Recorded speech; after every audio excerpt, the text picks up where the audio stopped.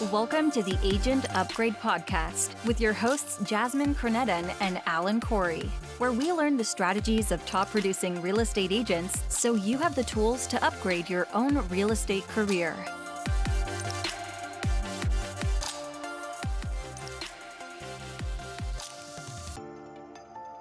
All right, Jasmine, it's towards the end of the year here. We're in December. What does that mean? What should we do as real estate agents? This will be a different podcast. It's just going to be you and I talking, but you have some really good end of the year items that I admire and you've taught me over the years. And I'm excited that you're going to share it with us. But what does the end of the year mean to you? Yeah, so the most important part when we get into the holiday mode, November, December, every year, business may be slowing down a little bit. And I feel that it's the perfect time to take a look at where you are with your business, evaluate what things are working in your life, and make a business plan. Not complicated, I'm going to the bank to get a loan kind of business plan, but really more of a this is where I am. This is where I want to go next year, and just get some clarity within yourself on where your priorities are. Give yourself a pat on the back for things that have worked really well this past year. Some of them maybe you just stumbled into. Some of them you were like really intentionally trying to push forward. And I do a business planning session with most of my real estate agents that I work with every single year. I learned it. I was in a coaching program for many years. And I have been doing it for, probably 7 years now, every single year, a business plan at the end of the year to kick off. So this is something for new agents, experienced agents, mid-career agents, anyone who's an agent would benefit from this. Yes.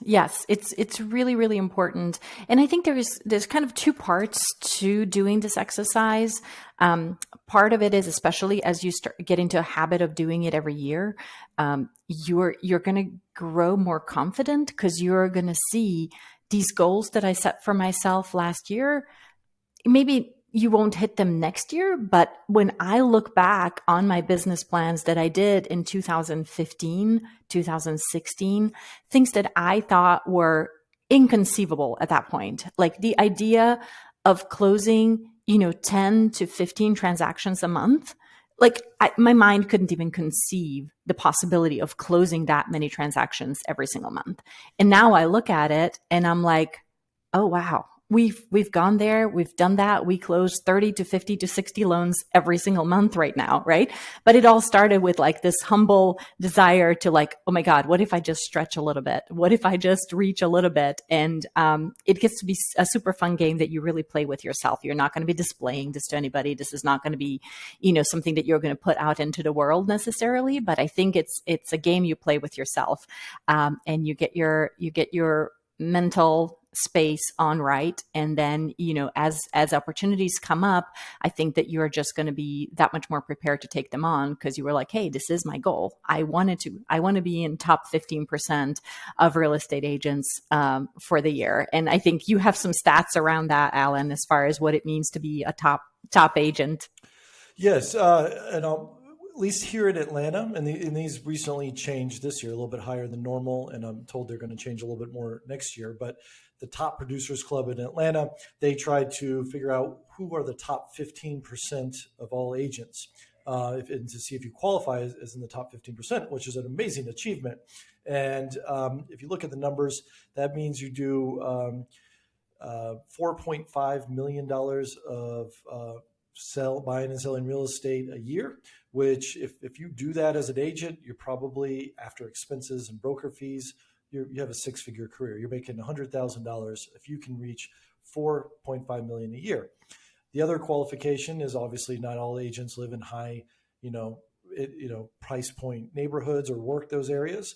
And so you can qualify for a top agent, top producing agent badge by doing 15 transactions a year. So 1.25 a month. And so if you just want to sort of do a gut check where you are in your current business, that's what it takes to be considered a top agent in Atlanta. And that can probably seem very intimidating, but also I think it's something that can be really achievable when you do business planning like you're about to walk us through here. I love it. I love it. So I think maybe we just kind of jump straight into it. For those of you that are watching this on YouTube, you are going to be able to see some of the slides that I am presenting. There is 3 PDFs. We may be actually able to have these little PDFs as downloads as well. And we do have a YouTube channel. That's right, Agent Upgrade on YouTube. So if you do want to watch this and see our pretty faces as well, that's where you go for that. So the way the business planning session works is we are going to sort of take a beat and take a look at 7 different areas of your life. And so we start out with this question of like, where are you now? And what are your biggest struggles in each one of these areas of your life? And so we're going to go through writing down the 7 different areas. We're going to start out with your work life, and we're going to write down 2 things that are what are your biggest struggles in your business right now? So, example, so if you were to come up with 2 problems of work, I'm asking you, Jasmine, would this be like, I'm struggling to get more leads, or I'm not closing deals, or I don't know what CRM to use? Or all those sort of questions qualify? Yes, okay. It would be whatever you struggle with in each area of your life. So yes, for work, it would be like, I work too much. I don't make enough money. I don't have enough. I'm not organized. I need to get a spreadsheet, a database. Like I need to get my stuff together. Like it could be any one of those things. And so you would just write down 2 biggest struggles that you have in work. Okay. So this is, I see in your spreadsheet, 7 boxes of life. You want to maybe quickly name the first 7 and then we'll go through each one individually? Yeah, absolutely. So we start out with work. Then we kind of get honest about our money. What are your struggles with money? How is your love life doing? How is your family life doing? A reality check on your spirituality, whatever that means to you. How is your social life doing? Like, do you have friends? And then the last one is just checking in with yourself. Like, what are your biggest struggles with yourself, with like you and yourself, me, myself, and I, like, where do we struggle? And so it's really a good exercise to just kind of go through the different sessions. And I don't know, Alan, if we just want to kind of go through them and try naming a couple. Yeah, sure. So we'll take one each. Yeah. How about that? Yeah. I mean, to be honest, like I thought this direction was going to be strictly business planning, but this obviously gets very personal. And 7 boxes of life: work, money, love life, family, spirituality, friends, and self.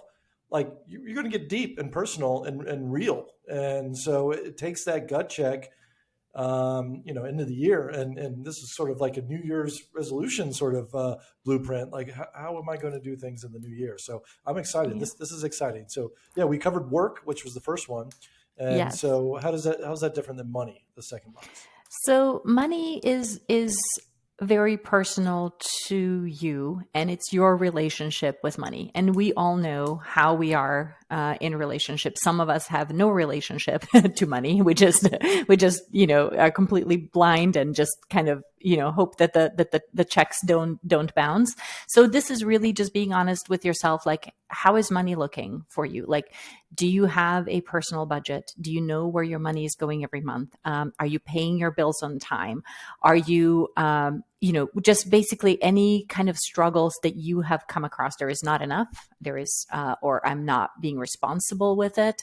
I'm not saving enough money for my retirement. I'm using money frivolously. I'm not using it on things that are actually meaningful to me. So this can be just like a very introspective kind of check in with yourself. And where are you struggling with money? Okay, so this form that you're showing only has two spots for each box of life. There's two spots of work, Yes. two spots for money. People might be listening to those 15 examples you've just read out and said, yeah, I have all those problems, but I imagine You got to pick two. you got to pick two. Okay. You got to pick two most important ones. And so that way, this will give you an idea. When we go into the next slide, this will give you an idea of where you want to be, what you need to work on, right? Okay. These are the most important things. Think of it like the two biggest struggles I have with money is that I don't have a budget, and my commission income isn't consistent enough, right? Those could be your two things. And then as you go into next year, you can really try and focus on taking baby steps a little bit at a time to get yourself to a place where you get a personal budget in place and you start tracking your expenses, or you do the activities in your business that are going to bring you a more consistent commission check every single month, so that, or you maybe just learn a little bit about budgeting and how to live on when, you have $30,000 one time and then you have 2 months where you have $20. It's like being a real estate agent. You kind of have to learn to live with these ebbs and flows. And so, when you have a $30,000 commission that you pull in, you don't go to the mall and blow it on on something very exciting, right? Right. Okay, so work, name two things. Money, name two things. Next, we have love life. Love life. Yes. So this is just very, very personal to everybody, whether you're single, whether you're married. Just take a beat and kind of think through how are things going in your love life. Do you need to go on date nights with your spouse? Do you need to, what are some of the struggles, especially right now during the pandemic, a lot of people have had funky relationship stuff going on. Some people are thriving, some people are struggling. If you're single, it's probably maybe been harder because you're not out and about meeting people. So this is just take a beat and take a look at what's happening in your love life. And once again, you list your two biggest struggles with this. What if someone is saying my love life is perfect? Is this a box that you skip, or if they can only come up with one struggle, or really you want people to come up with two in every single one? I think we can all find two things to improve in our love life, I'm sure. Just ask your partner. Just ask your partner how you're doing. I'm sure there is a couple things. Put away your shoes at night. It can be little things. Yeah. Okay, so that brings us to the next box of family. Family, yeah. So how are you doing? Are you, especially COVID? I would think we all struggle by with not seeing our family enough, right? Especially our parents.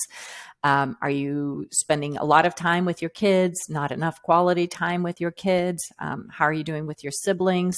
Just check in. What's happening in your family unit, and what kind of struggles do you have there? I mean, I think so far we've done 4 of the 7 boxes. I think the biggest challenge on this is people being honest with themselves and really looking in the mirror and admitting that, hey, you probably are struggling in all these categories and the future categories we're going to cover. And it's okay. Everyone does. You can't be a rock star in every single category at all times. And so it's not that you're failing. I think people might go through this and be like, oh, I struggle at this. This is tough for me. I've got 10 struggles. How do I pick my 2 based on family or whatever it is? But, just I want everyone to know that no one's perfect. Everyone can come up with more than 2 in all these boxes. And so, don't beat yourself up too much, but it's also important to look in the mirror and really recognize where you need to improve, and you'll be happier for it as the years go by. Yeah, absolutely. Spirituality is the next box.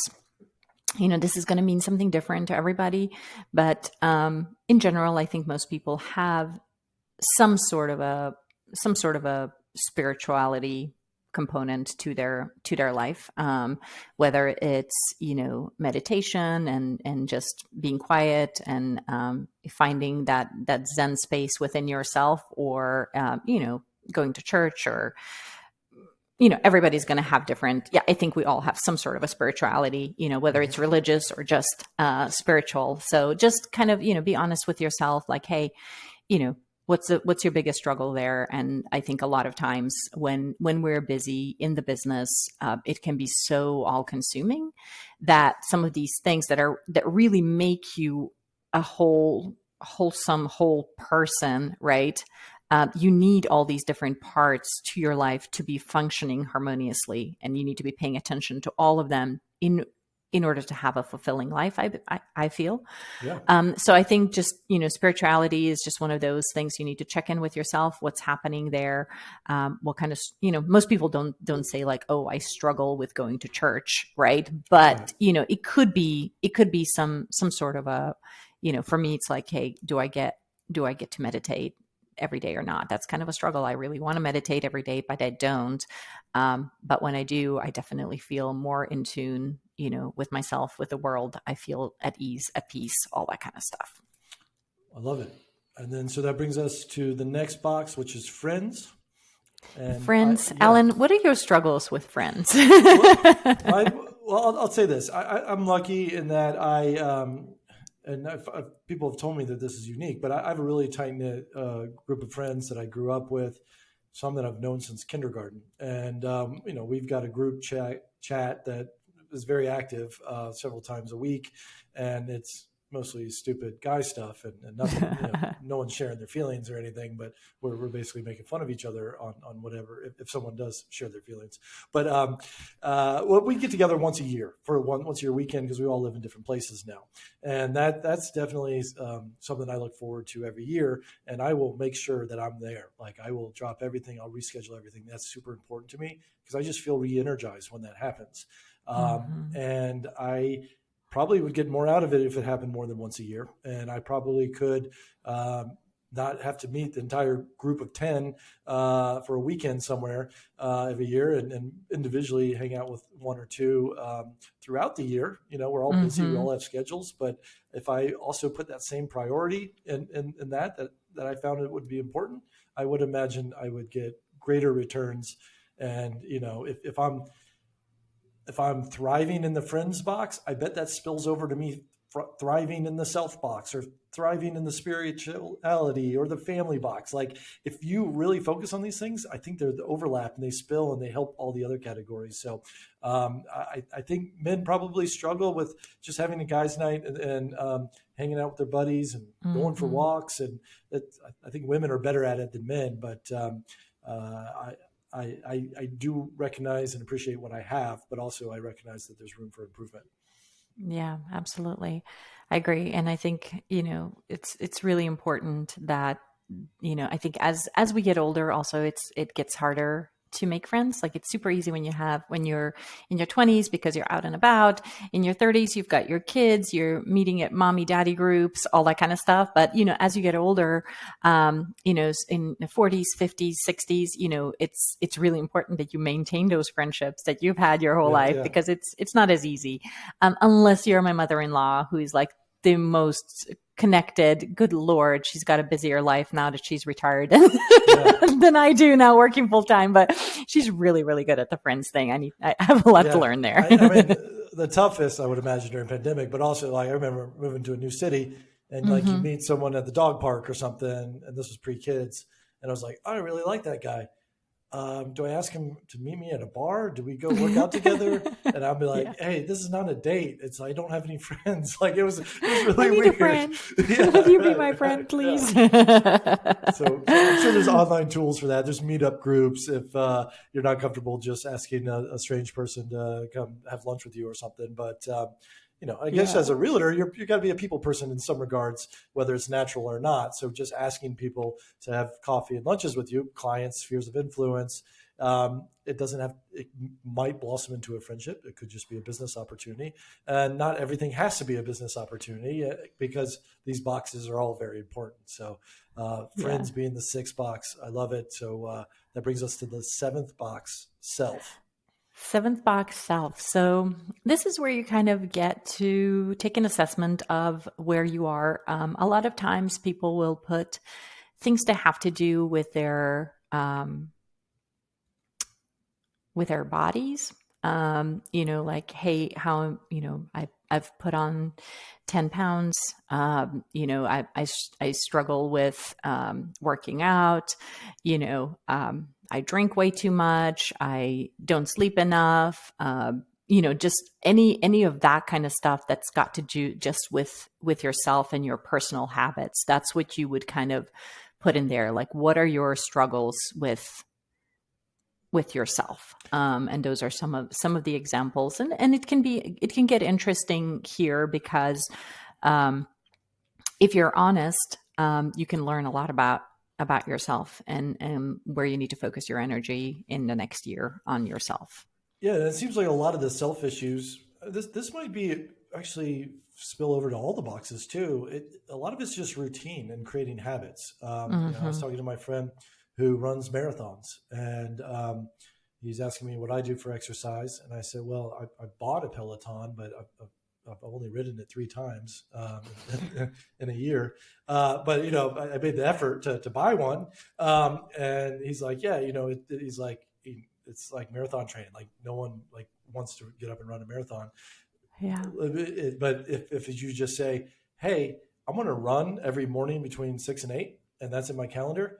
And then eventually you do it, and it gets easier and easier and easier. And then you start setting goals within that category and be like, all right, how do I challenge myself? I'm already running 2 hours a day. Should I run harder? Should I run longer? Should I run more often? And then it just builds upon itself. But you've already set the routine that you're doing this for 2 hours a day. And the hardest part is setting that routine. And I think I heard something once growing up, like if when kids who don't brush their teeth every day, it's like if you do something, I forget what it was, but it's something like 16 days in a row, then all of a sudden it becomes a habit. It's not like something you have to remind yourself of. It's not a challenge. You're not overcoming any mental block. It's like, oh, I've done this 16 days in a row. What's 17 days? Oh, I've done this 17 days in a row. What's 18 days? So if you can just figure out what it is that you want to do, any routine, whether it's one of these 7 boxes, work, money, love life, family, spirituality, friends, self, make it a routine. That is the ultimate, I think, level of success, way to get to success, I should say. I agree. My cousin, who is a tennis coach in China, he started this thing where he does a workout every single day, and he's like on day 662 of working out every single day. And what he does is he'll post it on his Instagram, like every single day. He's like, today I'm working my, the tris and bis and my back. And he just posts a video, and that's how he holds himself accountable every single day. And I'm like, oh my God, I have tried and failed. And I see him and I'm like, okay, I'm going to do it. And then I hang with him for 3 days and I'm like, oh my God, I need a break. But I think the creating the routine is key. Yeah. So where does that take us next? Yes. So the next session is going to be, give me just one sec here. I think I need to just reshare my screen with the other side of it. One moment. So the next session is going to take us to, again, we're going to look at the 7 boxes, but now that we understand where we are, we're going to talk about where will you be next year. And so now you've got this page where you've written out all your struggles. And then the next section is just a reflection, and this is kind of part of the goal setting. Like, where do you want to be in all of these parts of your life? So vision. This is more like a vision board. You're looking forward instead of looking into the present. Last document had the exact same 7 boxes, looking at the present and really focusing on your struggles and the top 2 struggles. And this is the exact same thing, 7 boxes. 2 options each of where you want to be, sort of your goal setting. Yes. And so I think that the important thing with goal setting is the most important part of goal setting for me is really just allowing yourself to stretch your mind a little bit and allow yourself to dream. But I think that the magic sauce is in don't overdo it, right? Don't undershoot yourself, but don't stretch so far that your mind can't believe that these things are going to be true, because then you kind of shoot yourself in the foot, right? So you've got to find that happy balance of like, what is the next logical step for things in your business. Like if you're let's say we're talking about work and you're working 80 hours a week, right? Saying I'm going to work 20 hours a week is just, it's not realistic, right? But saying I'm going to be home, 3 nights a week for dinner with my family kind of thing. That's a more realistic goal. So when you're setting your goals, just if you're making $25,000 a year, don't set your money goal to save $1 million, right? Like set it at something realistic, because otherwise you're just kind of wasting your time. Yes, maybe, and I'm sure that if you hold that vision for yourself 10 years from now, that you're going to get there. But this is about baby steps. This is what we hope and want to achieve, so that when we look at these boxes at the end of next year, we're going to be like giving ourselves a pat on the back, like, hey, we did what we said we were going to do. We kept these promises to ourselves in these important areas of our life. And I want to throw one contrarian idea out there, and this is the Grant Cardone way, who's a real estate investor turned into a media influencer kind of person, if you're not familiar with him. His whole philosophy is 10x, and I wanted to know what you thought about this, Jasmine. And what that means is whatever your goals are, he wants you to 10x it. So if you were like, I want to do $1 million in real estate next year, I want to do 10 million. And, his philosophy is, well, sure, you're going to come up short, but if you aim for $1 million, you might hit $1 million. But if you aim for 10 million, you might hit 2 million. So even though you failed bigger, you doubled what you thought you were going to do. So I think that works for some people. And I think what you said works for other people. You have to have baby steps, achievable goals, and really sort of push yourself so that you can pat yourself on the back and look, hey, I did it. It was a struggle. I worked really hard. I'm proud of myself for achieving these goals that I put in these boxes a year ago. But if you're the type of personality that really, really wants to push yourself and just go crazy, and that's sort of Grant's audience, there's nothing wrong with that too, saying, hey, I know I'm lofty, I'm very aspirational here, but if I come up short, it's probably okay. I can still pat myself on the back because I did better than I did the previous year. So it's a lot of self-reflection and recognizing what type of personality you are, what you know can motivate you as well.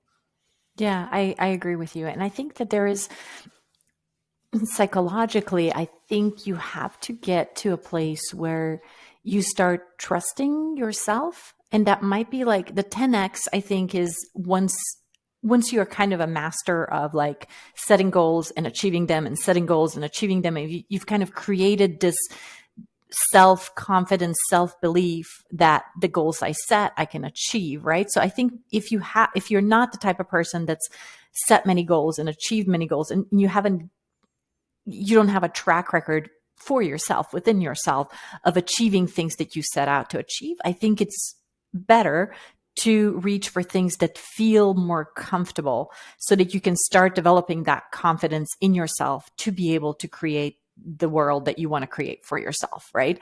And so for me, like when I look at it and for example, with work, this year we are probably going to close maybe like 400 transactions for about 120, 130 million.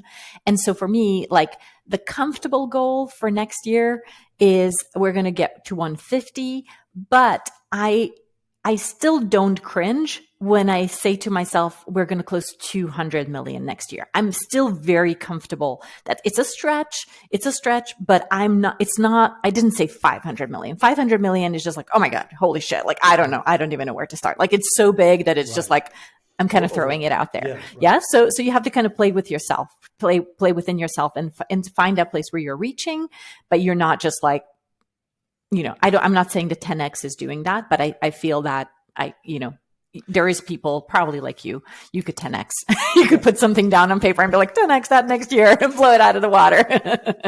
So how much thought do you put into that? Hey, next year, we might have an inventory shortage, interest rates, they may go up a little bit. There might not be the refinance boom. There might be, do you think of all that? Because that obviously is going to affect everyone's business. Yeah. I mean, like last year 2020 was an amazing year. And we all recognize that because we had low interest rates. And so last year we closed about 115 million. So when I was doing my business, which was a lot more than what we had done in 18 and 19, right? And so when I was setting my goals for this year, I was being humble and I said, I just want to close one more loan than last year.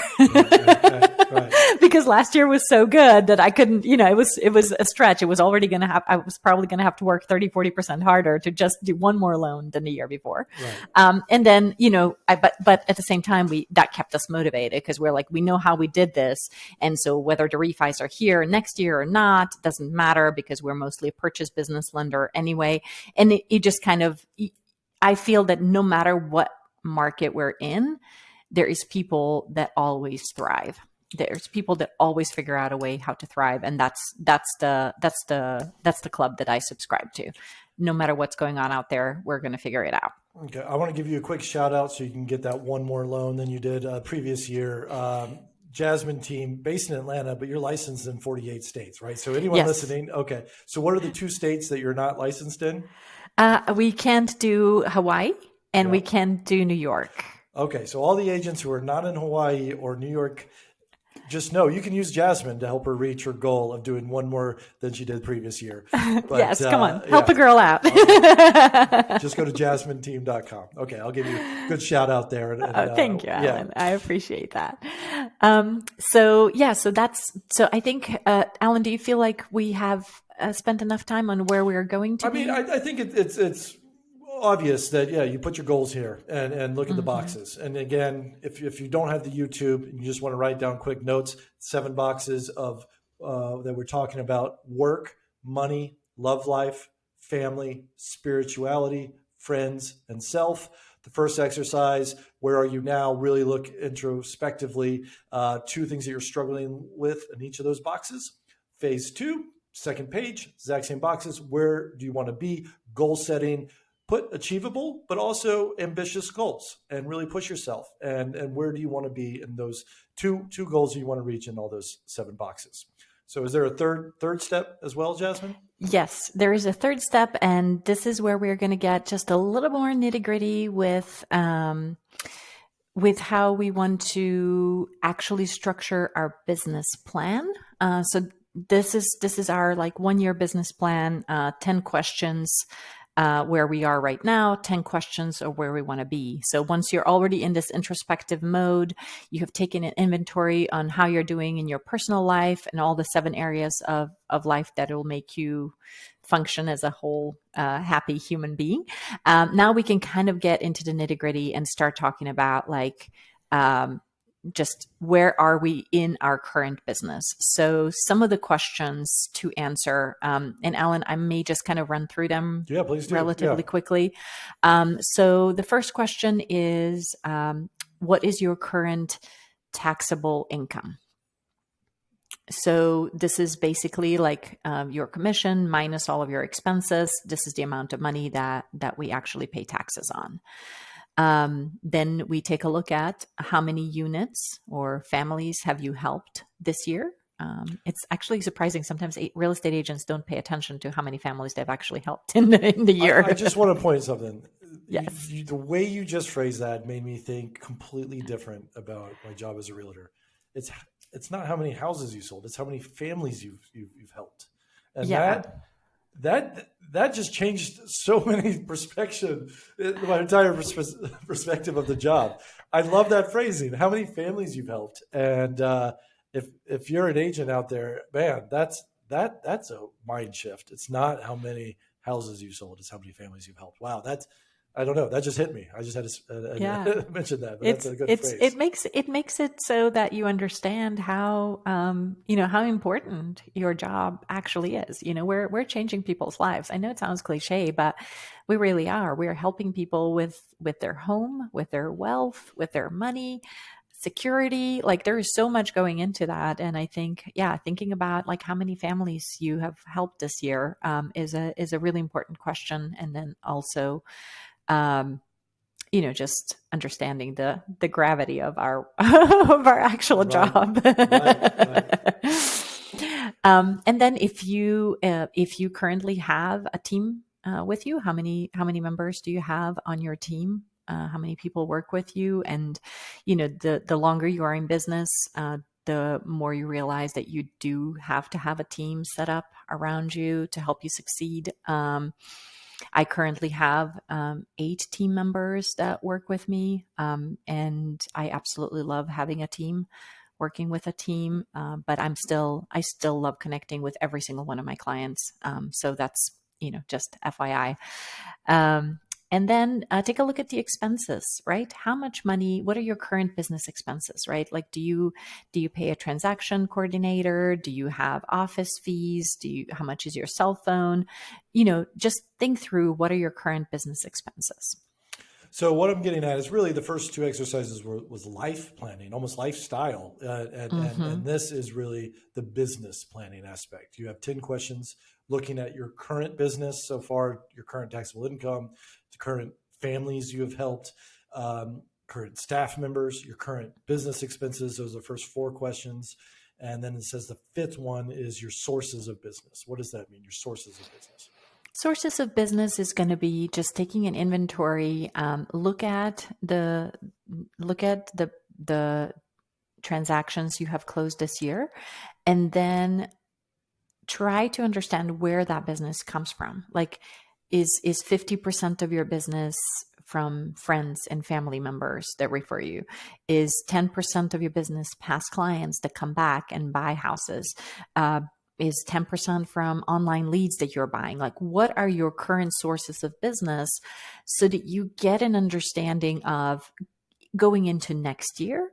We've just talked about how much money we make, how much money we spend. Where is this business coming from? And then you can understand, where do I need to spend my money next year? If you take a look at the families you've helped, and 100% of them are your friends and family, well, I guess you better set up a budget in there to throw parties and gifts and, and love on your friends a little bit extra, right? Because that's where all your business is coming from. So getting clarity and getting clear on where is your business coming from is super important as you kind of roll up your sleeves and get started on this. And it looks like you break down that percentage. So yeah, like 100% families, or is it 80% families, 20%, investors, or you can say I've got 5% new construction builders, or 10% from my fantasy football league, or whatever it is. It's really identifying and saying, wow, if you can map each transaction to a source, or at least a category, and then you're like, well, this is paying off. I was getting leads coaching basketball, and that wasn't my plan. I just happened to coach my son's basketball, and I would send out an email every week, and I just told him what the schedule was and the practice and whatever. And my email signature said I was a realtor. Never once did I mention during the season that I was a realtor to anyone, but I had to communicate with the members of the team. And of course, at the end of the season, people just started calling me, hey, you coach my kid. I need to sell and buy a house. And I'm like, oh, wow, this wasn't even supposed to be a lead source, but it ended up being. But it is. Yeah, but it is, right? Yeah. And without sort of that mapping exercise, I would never really realize that, the full picture of it, I should say, until the end of the year. Yeah, I remember the first time I did the business plan. I had always thought that most of my business came from real estate agent referrals. That was just what I thought. And then once I did it, I realized that actually 30% of my business was coming from either current client referrals or past client referrals. So not past clients that are coming back to do, because I knew that I had like repeat business, but I realized people are referring me so much to their friends and families after we completed a transaction. And I had no idea. I knew that we always took care of our clients really, really well. We got great reviews, and I just thought people just loved me, but I didn't realize, like, holy crap, they really like us. They're actually like 30% of my business is coming from these people that are going out there. And that's when I realized, okay, I totally need to have like a past client retention program where I love on them and make sure that I reward them when they, just however it is that I take care of my past clients. Right. And so that was kind of eye-opening for me to realize that 30%, I had no clue where 30% of my business was coming from. Yeah. And if you weren't aware of it, you might not focus on it. You might lose it. So the fact that you're aware of it now, you can really love on them. And people sometimes think that means, oh, you cut them a check for a referral. And it's like, no, you take them out to dinner, or you just thank you phone call, or write them a, holiday card, or, it's just be in touch and be a friend. And one area of business that's also been really, really interesting for us is most of us, it's relatively normal to have a client that refers you right after, right? Like you help them and then you help their mom or you whatever. But also there is this idea of your current client referrals. And a lot of us miss that opportunity while we're working with our clients. If during the transaction we ask them for referrals, you can get 1 or 2 referrals from every client, as and we call those our current client referrals, right? And it's a huge opportunity when he's like, hey, because at that point they love you, right? They're in it. They're talking to every single person about buying a home. We're like, oh my God, the crazy moving thing and the furniture and all of that. They're talking to people about buying a house. Right. And unless they know, like, hey, I need you to tell your people about me because I want your referrals right now while we're doing the transaction. It's a huge opportunity that a lot of us miss. I agree with that, because everyone loves talking at the work or with their friends. Hey, I'm buying a house. I looked at this house. We made an offer. We got outbid. Like that's what's exciting in their life right now. So if they can say, hey, I'm using this real estate agent or mortgage lender at the same time, that's great. Also, if you're an agent, you probably are well aware that once your client's your best friend, you get the house under contract, everything's going swimmingly, you close, and then you send them, hey, I'm glad we closed, got you to the finish line. Will you write a nice review for me on Zillow or Realtor.com? And they just ghost you, and they're crickets, right? We're like, what went wrong? And it's like, well, now they're moving and they're trying to settle in their new home and unpack boxes. So a good time to ask for that referral is right when you get under contract. That's when they're exciting. They don't know what's next. Oh, they're at the the highest point right now. We got a house under contract. Maybe it's pre-inspection. Send over that request for a review, and you'll have a much higher, rate of people actually following through and doing it. And your reviews will probably be much glowing, much more glowing. Much better than that. Yeah. We have an automated in our CRM. We have the automated request for reviews, and that was something we turned on about. I think about a year ago, we turned it on. So every client gets a survey, and they get a request for a review. And it was a little bit scary at the beginning because we're going to ask everybody for a review. I'm not really sure I want to ask everybody for a review, because we all have those clients that are a little bit challenging, but I love it, because it really keeps us honest. It really, really keeps us on our toes with every single client, right? Because we know we're putting it out there. However this transaction goes, it's going to be on Google and it's going to be on Zillow and everybody's going to know about it. So nothing happens in a vacuum, which I really think is a great, great way to operate your business in general, is just to be like, hey, if you love me, put it out there. If you hate me, maybe don't put it out there. Talk to me about it. But still, I'm open to it. I want to have, and of course that is one FYI, that's a really, really good way to get business, because we actually get a good share of our business. And when we track our sources of business is what we call, we just call it our ads. It's not an actual ad that I'm running anywhere, but it's just like advertising. People just find us on Google. People find us on Zillow. It's like, hey, we just found you online. And the only way they're going to find you online is if you have a lot of reviews. And the way you get a lot of reviews is, and I think it keeps you honest. If you know everyone's going to ask for a review, you're going to mentally do a better job. And, analogy is I on my license plate frame, it's not on my license plate, on the frame of my license plate, I have like a realtor one. And I honestly am a better driver because I'm like, you're representing realtors out there. I also have the sticker of my kid's school. And I'm like, I can't be an a-hole driver out here because I know it's going to come back and haunt me either in business or at my kid's school. So it's the same sort of thought process. Like, hey, I want to ask you for a review. So I got to be on my toes, all the time kind of thing. All the time. Yeah. So we're going to go on to our question number 6, which is, what is my current biggest weakness in my business? So this goes back to page 1 where you identified your 7 boxes, and then you have to pick one of those 7. Really, there's 14 because you put 2 weaknesses in 7 boxes. So you have to pick number 1 of those 14. Is that what this is for? Yes, it would be. I would probably narrow it down just to the top 2 because this is work related, business related. Oh, okay, so most likely you're going to have. So one of the 2 that you put on there as your struggles are probably going to be your weaknesses, and it could be. I'm thinking things like I suck at follow up. My CRM blows.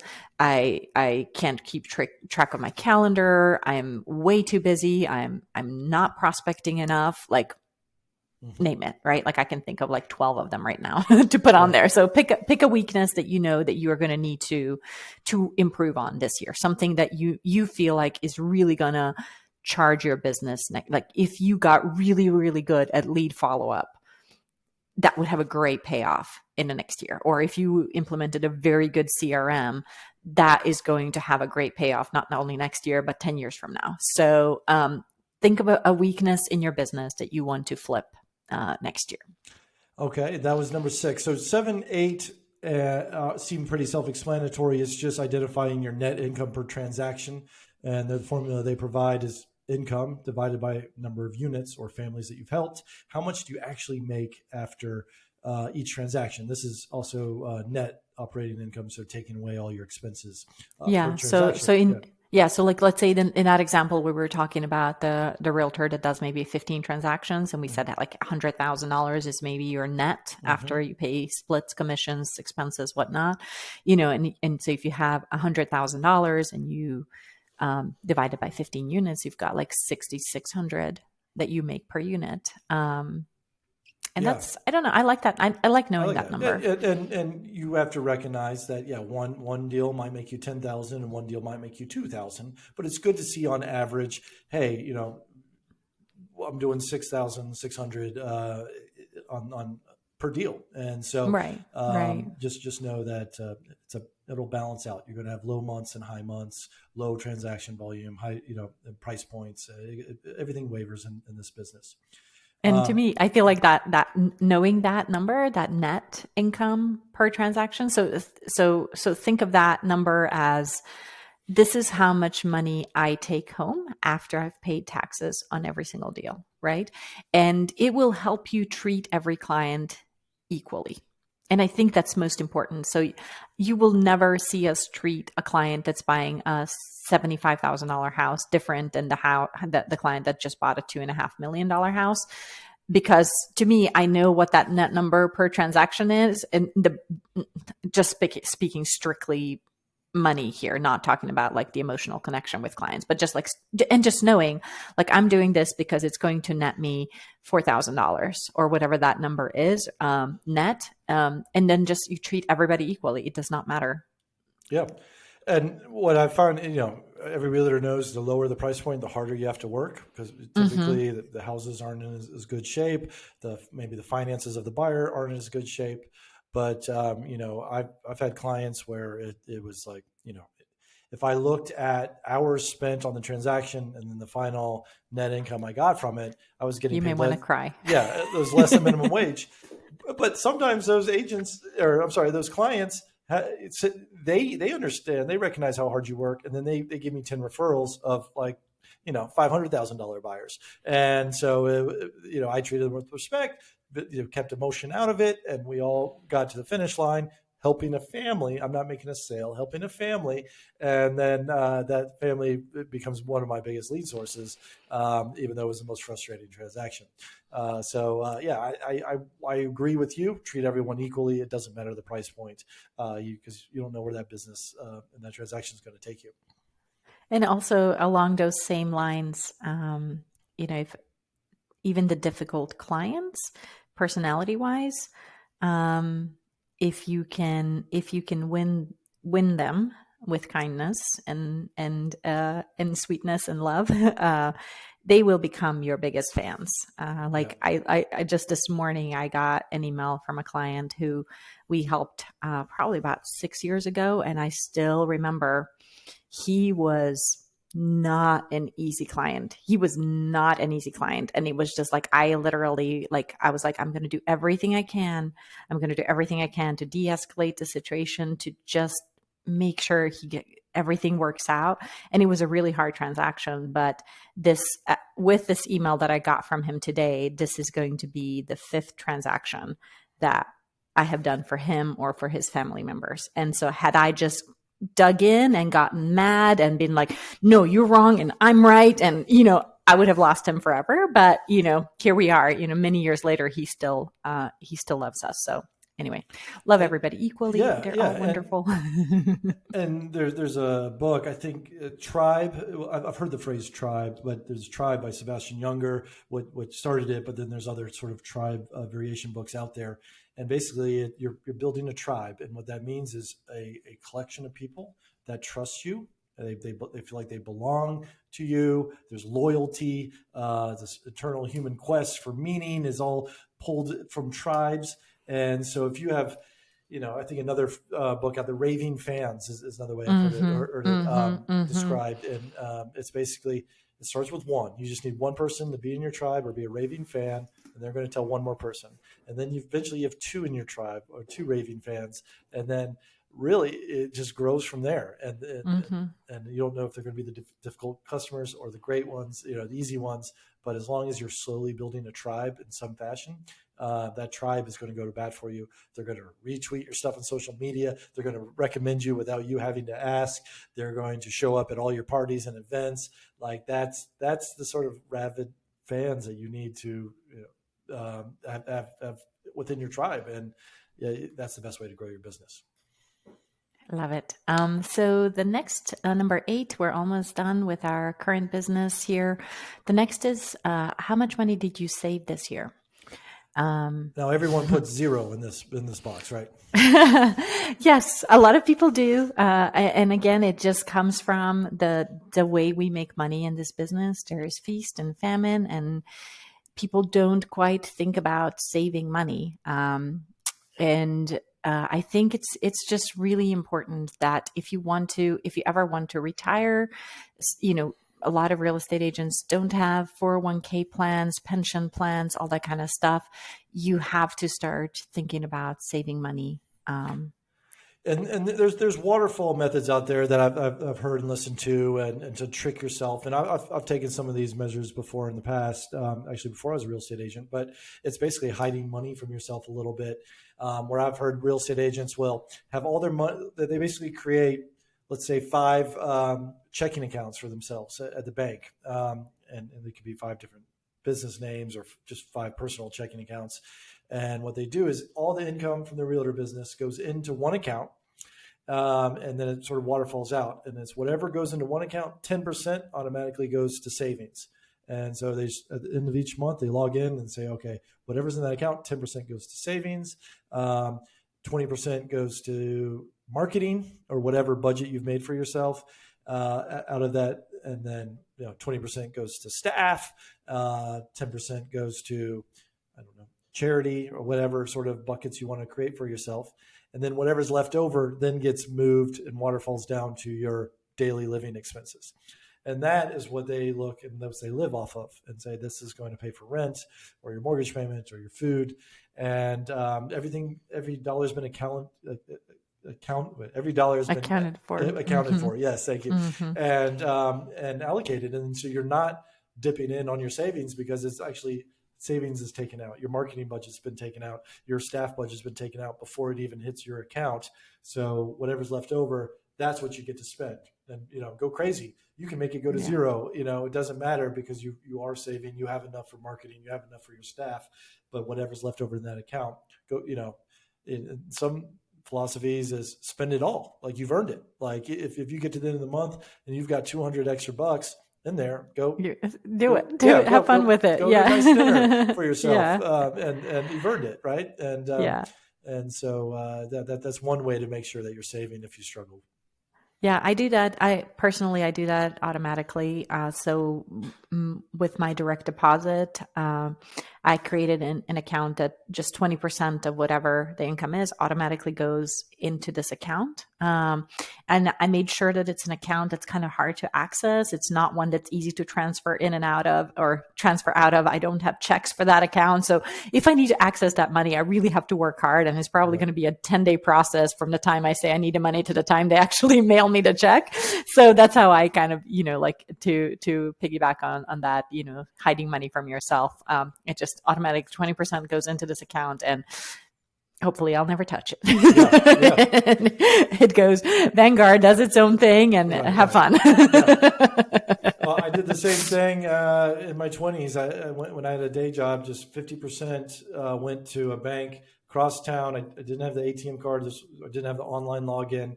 I actually had to walk across Manhattan to access it. And I was like, I'm only going to do that once a year. And whatever I did, January 1st, whatever was in there, I was like, that's my budget to buy investment property. But everyone has their own ways to trick their brain to make sure they save.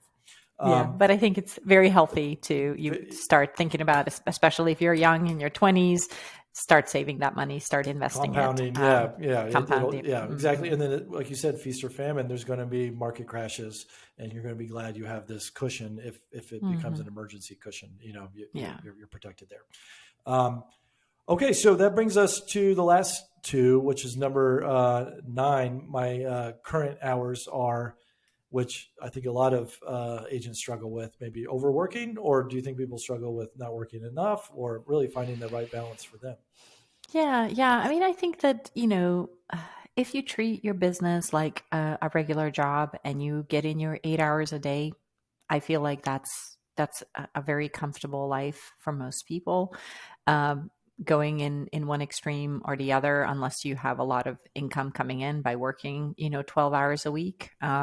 I think that just trying to be in balance would be my recommendation on there. And I think that I would say a lot of people are on call a lot and just work way too many hours, especially as you start getting busier and busier and having, more clients. You're just always on, and you're going to burn out. So you gotta keep track of your hours.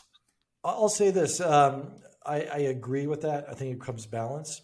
I think in our nature of the business, if you say I'm only going to work 40 hours, that's fine. Mm-hmm.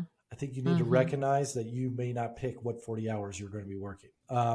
Like it might be on the weekend, it might be at night sometimes, but then you might have 3 mornings in a row where you have off, and it's okay to take that off. I think it's difficult to force this business to be a 9-to-5 business without really sacrificing your success in the business. Not saying it can't be done.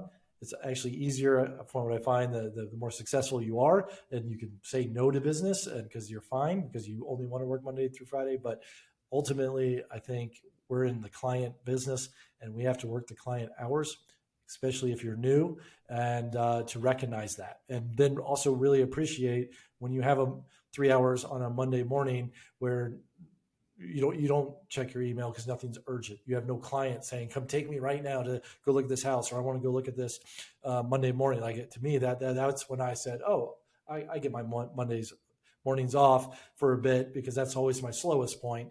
And that's when I'll take my time to meditate or go for a walk or watch, something that I've never didn't get a chance to watch over the weekend if that was important to me. So I agree, balance is important, but also recognizing where you are in your career and that maybe your 40-hour work week, it may not be something that's rigid. Yeah, I agree. I have this past year, I have implemented Wednesdays off for myself because I'm the one that's on call on the weekends. And so for me, like being able to just say Wednesdays off has really created a good balance in my life, because I'm on Mondays and Tuesdays. That's when we're doing our pipeline reviews. That's when we're checking on all of our clients. Everybody gets the love that they need. I get a day off. Wednesdays are like my errands, and I go to a grocery store and I, all the things that need to get done. And then I come in on Thursday, my schedule is packed because all the people that I didn't talk to on Wednesday are now on my schedule for Thursday. Thursday and Friday are intense days for me because I do play catch up, but at the same time, it it works really, really well. And most of the time, people don't actually notice that I'm not working on Wednesdays Yeah, like because your I'm kind of business there doesn't bookending stop. the week. Yes, yeah, My like, business does yeah. not stop. Yeah, business doesn't stop. You've got a system in place for when you're not physically in the office, other people can take mortgage applications, answer questions, get things to the closing table. So that would be, depending where you are in your career as an agent, sure, you could strictly work 9 to 5, Monday through Friday, as long as you sort of have a backup You have a system. team You have a that can team. support. Yeah. It might not be an official team member. Maybe it's another agent in your office that you're close with who's happy to work nights and weekends. And you work out some arrangement for referrals or paying them per showing.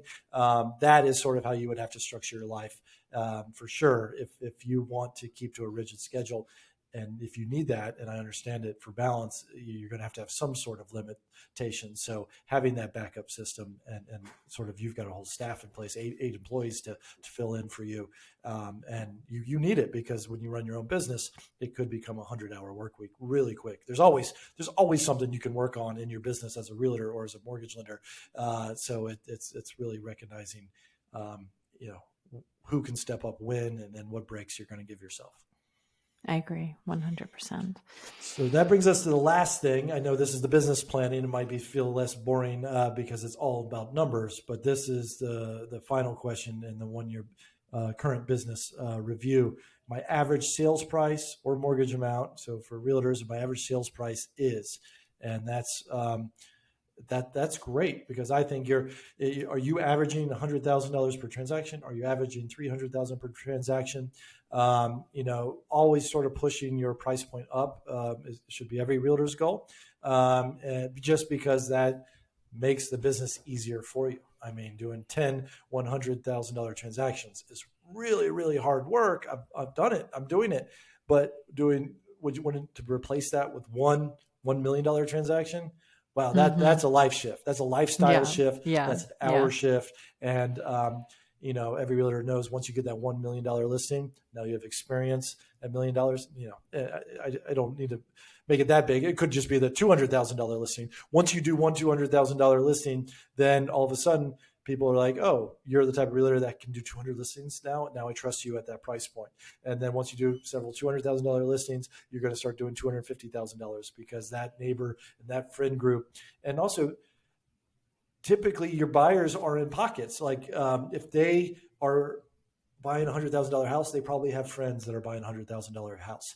And so they're going to refer you to their friends, right? And then eventually those friends will have friends that are buying a $200,000 house. And then once you do that $200,000 house really well, they're going to refer you to their friends, which is probably in the same neighborhood.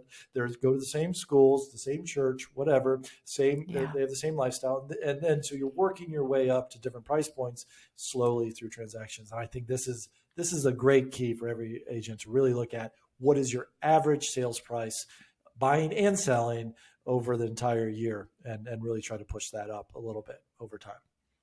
Yeah. And I love how you explained that. It's the key. And it's fun when you kind of look back on these pages. You'll notice how your price point keeps going up and up and up. And I love that. So the next part, forgive my slide. It says 2017 projected business. I've been reusing these for many years. So this is where our business is going for next year. So again, I believe in incremental improvement. And so if your current taxable income in this example, let's say, was $100,000 last year, I think a very safe, happy, achievable thing to shoot for is a 20% increase in income for the next year. So if you had 100,000, then I would suggest maybe reaching for $120,000 So like projected income. So whatever it is, sort of like a 20% bump. 20% increase, yeah. And so, if you did 10 units, let's bump that up by 20%. And so the questions that we're going through is like, where is my taxable income going to be for next year? How many families am I going to help next year? And so bump that up by 20%. The next question is, how many staff members am I going to need to support the amount of transactions that you do? And so in this particular formula, which I think is actually really good, is it for real estate agents. It says you should have one staff member per 3 transactions that you do a month. Right. So if you were just starting out, you're probably not going to need a full-time transaction helper. Right. But when you start getting into 30, 40 units a year, at that point, you need to start thinking about adding somebody that's going to help you keep your business running. And you made me realize this, and I think you do it too, a bit. Maybe that's how I didn't realize I was doing this, but people are like, who's the first person do I hire? Who do I hire? And to me, I looked at the task that I despise isn't the word, but I enjoyed the least because I enjoy the fruits of being a realtor because I enjoy the business. I really enjoy meeting people. I enjoy looking at homes, the sales process. I don't enjoy scheduling closings with a closing attorney amongst 10 parties and emailing and text messages. I don't enjoy making sure every I is dotted and T is crossed. And so I was like, that'll be the task that sits in my inbox for 2 days. And it's a 30-second task, right? But I'm not I don't enjoy it so much. I'll let it sit there. And so that's when I'm like, okay, if I just took that off my shelf and got a transaction coordinator, that's the person that would do all these things I don't like. That's not in my skill set. There's people who can do it better than me. I'll happily pay to not even have that hit my inbox. And but at the same time, as a new agent, I was cheap. I was like, I can't afford to give away another $350, $400 per transaction on a transaction coordinator. But to be fair, what happened and is the way it was pitched back to me is like, you afford not to. Like, imagine if I took all that procrastination off my schedule every day, pay $400, per transaction. And what happened? Well, I was able to do more of what I enjoy. I was able to call more agents. Or clients. I was able to call, have more coffees. I was able to focus on sales. I had more time to take clients out. And that, of course, I made more than 400 per transaction because of it. So because of it. Yeah. Because you have to know, like, your number one job is you're the you're the prospector, right? You are the person you're the salesperson. You got to bring the deals in, right? And so if you are sitting there looking over contracts, doing things that you are not very good at, not only is it going to take you longer to do them, but you're not good at it. And that time should really be spent prospecting and having coffees with people and whatever it is that you are going to do to bring in business. So always peel off anything that you can that's not generating new business, right? Because there are certain things that only you can do, right? And sometimes people just want to meet with you or whatever that is, right? And you've got to honor that. But I think you can start peeling off. And I think, Alan, how many transactions did you close this year? Well, we still have a month to go, and I've had my record year. So pat myself on the back. I've done 60 transactions so far this year. 60 transactions. And so I think you're following this particular pattern pretty good, because if you've got 60, you've got 2 people on your 2 staff. Yeah. Right, so you're right there, right? You're balanced. So I think that's great. And so I want to bring this back to sports and also coaching again. The big thing in sports, like if you're running a practice, some people want to focus on their weaknesses. So imagine you had a basketball team or football team or whatever, and you're just awesome at offense. Like, you just got the best offense, but everyone's terrible at defense. Some coaches are like, hey, we're going to spend the next 4 weeks getting defense. It's our weakness. Well, all we're going to do is spend our time on defense and defense and defense. And then you go out there and you've turned a great team offensively that has a mediocre business because you made it from, mediocre defense because you made them from terrible to mediocre. The winning strategy typically is recognize your strengths and go in all that. Take your great offense and made it an amazing offense. Doesn't matter about defense. You're going to score 200 points, a game, but you might give up 180. You're still going to win. That's better than scoring 100 points and you might give up 101 points, kind of thing. So this is the same mentality. recognize your strengths, go all in on your strengths, 100% on your strengths, outsource all your weaknesses. Marginally improving your weakness is not going to have the return on investment as maybe an exceptional at one or two or three or four things that you recognize in yourself that you do better than any other agent. And most of the time, those things are going to be the things that bring you the most joy as well. Yeah, so it doesn't feel like work. Right. Yeah, and then you're living a happy life all the way through. So I love it. So let's bring you back around to question number 4 on the projected business section. It's what my business expenses will be monthly. So now we took a look at what are we spending currently on expenses. Are you spending too much? Are you spending too little? And so this is a place where you can just kind of like, hey, if we're going to do 20% more in business, our expenses should probably also increase by 20%, kind of a logic. So just give yourself a number there. Yeah. I think, trying to cut expenses is always good. You're going to cut your income. That a lot of times these are necessary expenses. Maybe you need to upgrade your software that you're using, adding more staff, but really it's adding your marketing budget. Wow. I spent $20,000 on marketing last year, which was ridiculously high, but I can see that when I because of that marketing, I got, more business than I've ever done before. So I wonder what will happen if I put $24,000 in marketing this year. I should get a little bit more business in return. So I think a lot of people want to knee cut their expenses, which ends up knee cutting their income. So once again, it's really recognizing where your marketing dollars are going, where your expenses are going. Are you getting the return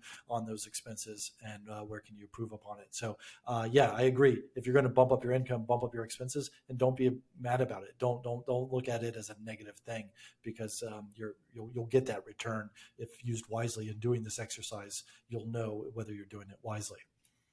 And I think one thing, like on the business expense side of things, like, some real estate agents are going to choose to buy online leads, and you kind of have to figure out where your strength is, and how you want to spend your money. But one thing that you have done, Alan, is you have always had these fantastic parties for your clients, for your referral partners. And I think that those were not cheap, right? It's not cheap to throw a party and invite 200 people, right, to come to the park and to have their pictures taken, and to have the clowns and the bouncy houses and all that kind of stuff. But people talk about those parties. People love those parties. And that started for two things. What I did was I was leaving my day job, and I wanted to really put it out there that, hey, I'm a full-time real estate agent. That's sort of what it started. And the first party I threw was on a roof of Ponce City Market. I think that was the first one. I don't know. But yes, it was. I think so. And it was $25,000, which seemed crazy expensive. Like, I just quit my day job. Now I'm going to spend $25,000 on a party. But what happened is I was like, if this just leads to one $800,000 sale, that'll pay for itself. And my network at the time was probably $600,000 network, based on leaving the people at my day job that I work with. Those were sort of the price points that they were buying. But I lived in a neighborhood that also had like $600,000 homes at the time. And I was like, I just need to get one deal out of this. It'll be a good return on investment. And, instantly, everyone came. I got one deal out of it. I'm like, this paid for itself. And then what happened is, throughout the year, everyone's like, when's your next party? When's your next party? Like, it was great. When's your next party? And I was like, oh, I got to do this every year. And then I did it again. It led to another $800,000 deal. And in my head, it's like every one, it just led to more and more deals. And what's kind of cool now is on Facebook, I've been doing these, pre-pandemic, I did it for 5 years in a row, is everyone gets a little photo. Hey, this is what you were doing 2 years ago at Alan's, the Corey Real Estate's party. Yeah. And here's this and here's that. And everyone judges the ages of my kids based on that party, because I had a newborn at the first one. My daughter was just born. And now whenever they see me with my daughter, they're like, the same comment. Oh my God, I remember when you were a baby. I remember you were a baby, kind of thing, because it was the baby at the party the first time that everyone saw her. So, it seems extravagant when I say it out loud, and even then it was extravagant. It's extravagant now. But it wasn't just a part. Like what I loved about it is that because you spent a lot of money on it, it wasn't just like come over for this little thing at our house. What made it spectacular was that it was on the rooftop. At that point, that was like the it thing in town, was the rooftop at Pond City Market. Like everybody wanted to get a piece of that place, and so I think that really shows. Like, yes, it was very expensive, but it paid for itself. And you closed 60 transactions this year. So obviously you're doing something right here. So, but you've never spent $1 on Zillow leads, for example. Yeah. And there's people who spend $20,000 a year on Zillow leads. Yeah, right. So it's recognizing your lead source, and I knew I'd get it from my sphere of influence. I didn't know what else to do, and it paid off. And not every marketing thing's going to pay off. And I also threw parties where I thought 200 people were coming and 40 came, but whatever. I treated those 40 like royalty, and they had memories, and it was great. And it's figuring out what is your thing, where do you want your marketing dollars, and just going all in on your number one lead. It's like going all in on offense. What is your number one source of leads? Now, Jasmine, I love this exercise. We're going on an hour and a half here. I think we need to sort of button this up a bit, and sort of, I don't want to skip over the last few questions, but it's more of the repeat of what we just went through, and really picking the future. If you had to highlight these next things, I'm just going to read them quickly, and then maybe we'll touch upon them. So these are the projected business items. We just covered my business expenses, my new source of business. There's bullet points here to recognize where could you get 4 new sources of business in the new year. 6, I will approve upon. I like this. This flips ahead of the previous one, which was my biggest current weakness is. And then I will approve upon, really talking about that.